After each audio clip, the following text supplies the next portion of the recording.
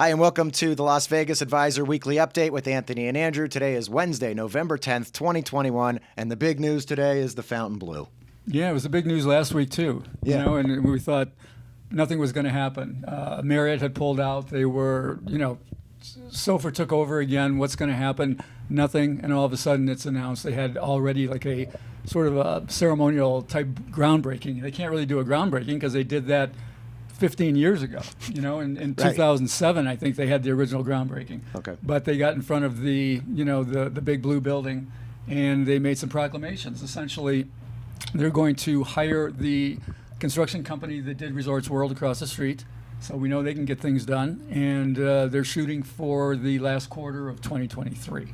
Okay, which is really not that far away. Yeah, a little less than 2 years away. Yeah. So, they went from nobody knew what was going to happen to all of a sudden we are going to get this thing done. And it's just, again, more good news for the north side of the Strip. Yeah. I mean, and this is a massive building. It's been there for a long time. So it'll be nice to see things happening to it again. I didn't see the quote, but D. Castleman, who writes a lot of the news for the LasVegasAdvisor.com, said that...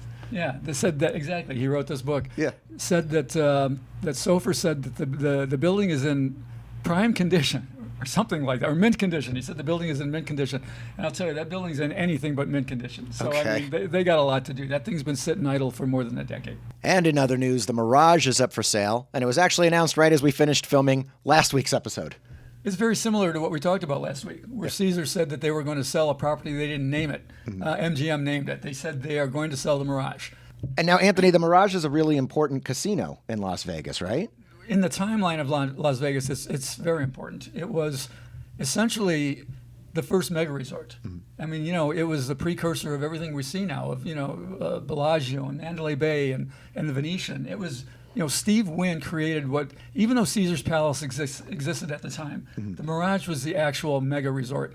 And when it opened in 1989, it sort of flipped the switch on what they called the old Las Vegas and the new Las Vegas. Okay. The old Las Vegas was basically mob run. And, that's what everybody says was the good old days. I kind of dispute that. I was there for a decade of the old Vegas. But when the Mirage opened, it became the new Las Vegas. And that's when the Strip went crazy and all the new places came in. Right. And did the shows get bigger? Everything got bigger. I mean, that's when they brought in, Siegfried and Roy. It was the first $100 ticket on the Strip. Okay. Now you can't see, in Vegas, now you can't see a show for less than $100.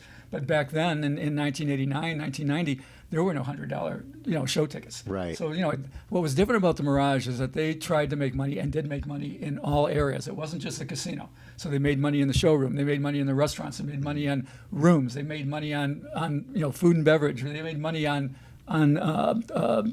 sales. Just merchandising and the shops they had there. So it was something completely different. And opening night was the start of something new.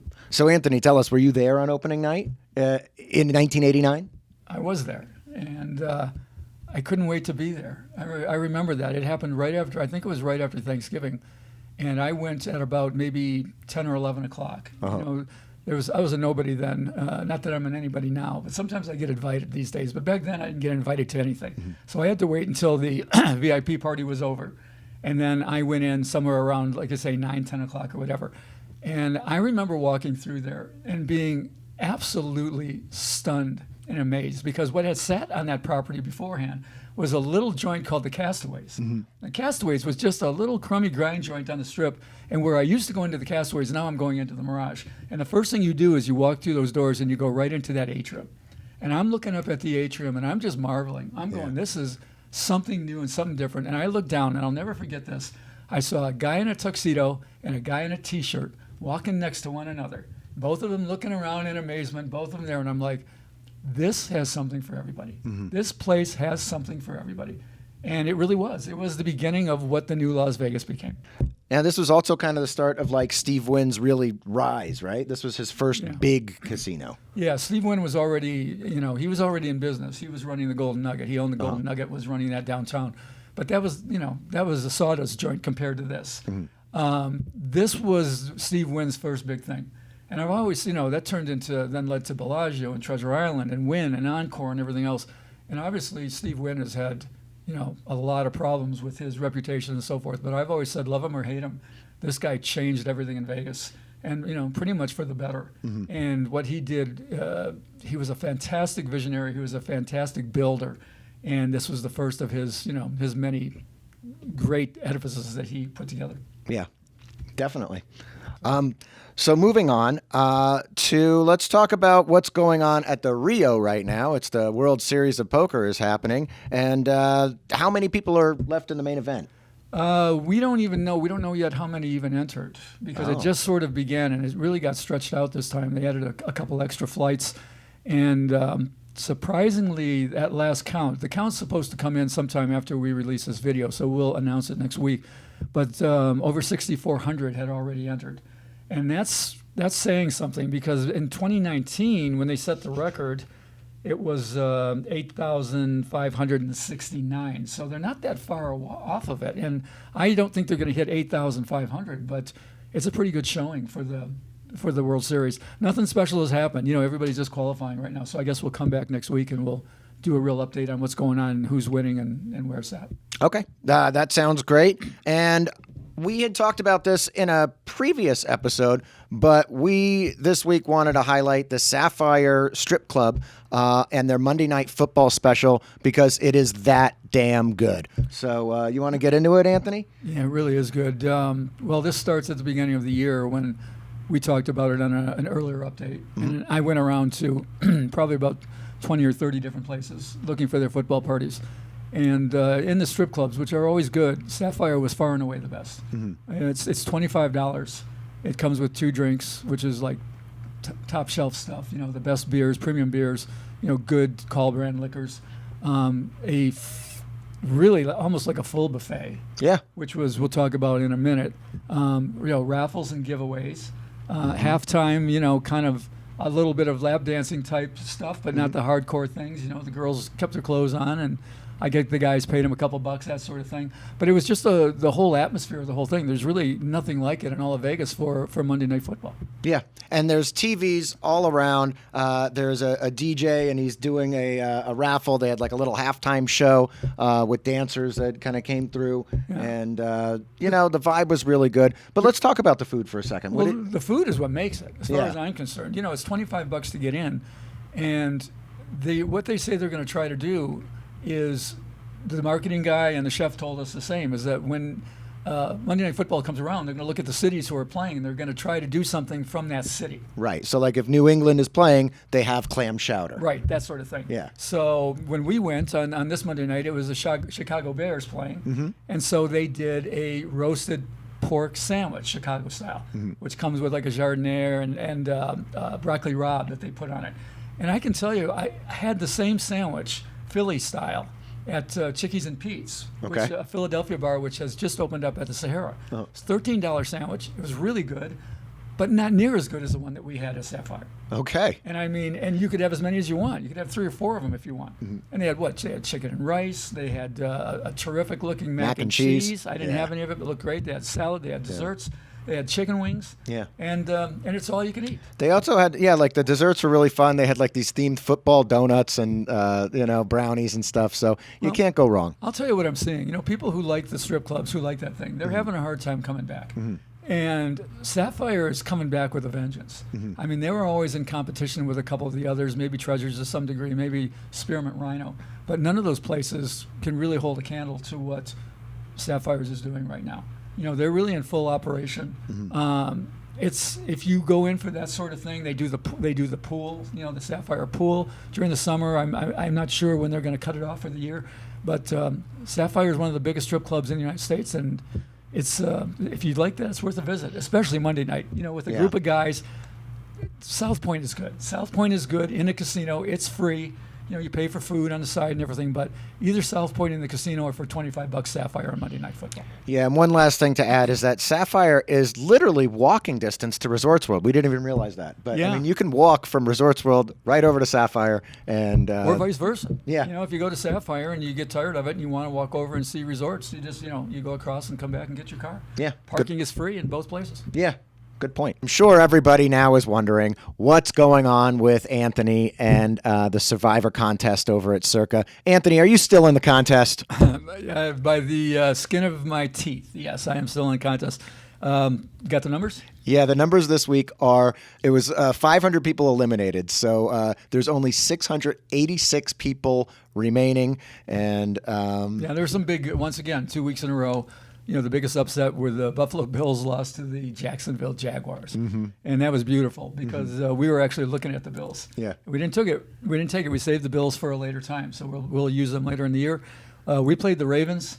And they were getting their butts kicked through the whole game. I mean, again, we were in that position again. In the fourth quarter, we were 14 points down.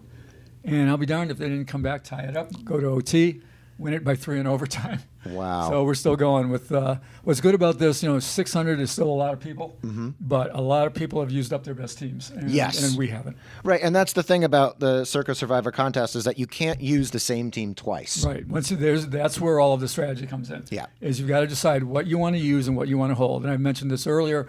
We've used a risky strategy, and that's why it's been so close a couple of times. We give up. We don't take a 12-point, 13-point favorite in the Bills and they lose, and we take a 6 or 7-point favorite in the Ravens, and we got to sweat it. We got to sweat it out. Yeah. But yeah, we're still going. We're still having fun, and we'll keep you up to date. Yeah, we'll keep you posted on that one. Hopefully, Anthony's going to be the big winner. Jackpots. This week's Jackpots is a really cool one. It's Alan Zerby and Tina Smith, who actually were the winners, some of the winners of the video poker pop quiz that we did a few months back. And you met them. I did. You met them before they hit this jackpot. You met them at the place where we did the pop quiz, which was the Crown and Anchor on Spring Mountain. That's right. This is a great story. So we did the video poker pop quiz, and Alan and Tina both won. They sent in different emails, and we pulled them out differently. But they happen to be a husband and wife team. So they came to Vegas. They were using their Crown and Anchor chicken fingers freebie. And I was there having a beer and playing some video poker. And it was just perfect timing. They recognize her. So, all right. So what's the story on this jackpot? Okay. So the story is, hello, Andrew and Anthony. Tina Smith and I ran into Andrew last time. We were in Vegas on May 31st over at the Crown and Anchor British Pub on Spring Mountain Road playing the bonus you had advertised. This trip, we're in Vegas again. And Tina had this hand drawn for $4,000 yesterday at the High Limit Bar at the Green Valley Ranch. All right, so they were playing 9-6 double bonus, pretty good game, 98.98% return. You can see they were dealt that hand, so no decisions to make. That was pretty easy, right? You keep the 4 aces Hold and the kicker. everything. Yeah. They were playing $2. These guys aren't pikers, right? So they hit for $4,000. It's like hitting a dollar royal flush for $4,000. It's a nice day. Pretty nice. It was good to see them win after they were cool when you met them in the bar. I wasn't there, but you told me the story. That was neat. One more thing too about Crown and Anchor. We were writing at the time about the $25 free play they had for lunch. They stopped doing that, which happens a lot. These places do it for a while, then they change promotions. And they're back to doing a free lunch now. And it's not as good as before. It used to be you play 20 and get a free lunch. Now you got to play 200 through, but you still get, your free lunch, everything but their most expensive food. So you can get sandwiches and those chicken fingers and other appetizers and so forth. So we still like the Crown and Anchor big time. Well, notice, last week we had a $250,000 jackpot. Yeah. This time we have a $4,000 jackpot. So, we don't care. All sizes, right? Yeah. We just want to see it. I mean, for God's sake, we had, what was your jackpot? $80. Yeah. So, I mean, keep sending them in. We like it. We got a flood of them in the beginning. Keep them coming. Don't worry about it. If you hit something that's cool, send it in and we'll show it. Yeah, they have kind of tapered off, so we'll put the email address here. So send us your big hits, your small hits. If they're interesting, we're going to talk about them. And last but not least, we always like to do a mask update because everyone wants to know what's going on with the mask situation in Las Vegas. Has anything changed, Anthony? Yeah, this week, less than anything else before to report. There's been really no information whatsoever. The numbers are pretty steady. I think they're dribbling down a little bit, but there's been no change in the rule. The rule remains you must wear a mask if you're indoors. That includes casinos, restaurants, just about any place you would go. Some are more strict than others, but it's a relatively relaxed atmosphere. So, I get a lot of calls from people or emails from people or friends saying, I want to come back, but I don't want to come if everybody's going to be on me about the mask. And I tell them, you got to wear the mask. If you don't want to wear the mask, then you got to wait until they change it. But once you get inside, it's pretty relaxed. It really is. Yeah. All right, and don't forget to like and subscribe and hit that bell button if you want to know when the episode gets posted. Thank you, and we'll see you next week.